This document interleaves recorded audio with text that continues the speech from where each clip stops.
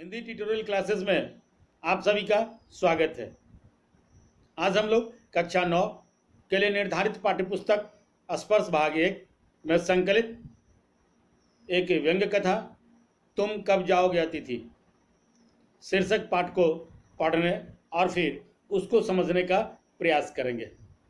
तो आइए बिना समय गंवाए हम लोग इस पाठ को समझने का प्रयास करते हैं और देखते हैं कि इस कहानी के माध्यम से लेखक क्या संदेश देना चाहते हैं। समाज में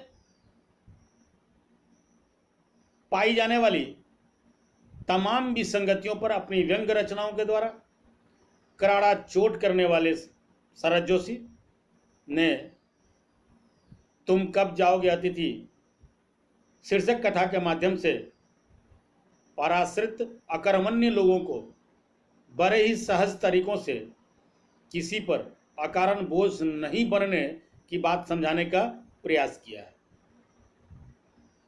इस पाठ में लेखक बताते हैं कि बिना पूर्व सूचना दिए किसी के यहाँ बतौर मेहमान पहुंचकर कई दिनों तक टिक जाने से मेजबान को किन किन समस्याओं से गुजरना होता है, उसका सजीव चित्रण किया है। मान न मान मैं तेरा मेहमान के तर्ज पर लेखक के घर पहुंचे एक ऐसे ही विकट पाहुन की कथा इस कहानी में कही गई है। लेखक ने बताया है कि एक दिन उनका एक परिचित अचानक उनके घर आता है।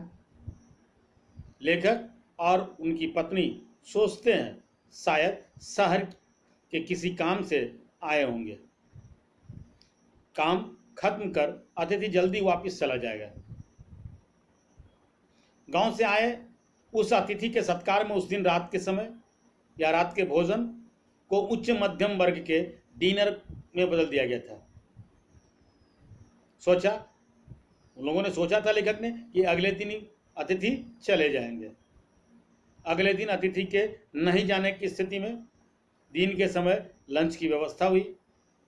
रात में सिनेमा भी दिखाया। शायद तीसरे दिन ही सही अतिथि चले जाएंगे। तीसरे दिन लेखक और उनकी पत्नी इस उम्मीद में जल्दी जल्दी खाना तैयार कर उन्हें भोजन कराया कि आज वे खुद चले जाएंगे। रोकने पर भी शायद वे नहीं रुकेंगे, पर ऐसा नहीं हुआ। लेखक के उस अतिथि ने भोजन करने के बाद आराम करते हुए अपने गंदे कपड़े लॉन्ड्री में धुलवाने के बहाने फिर टिके रह गए।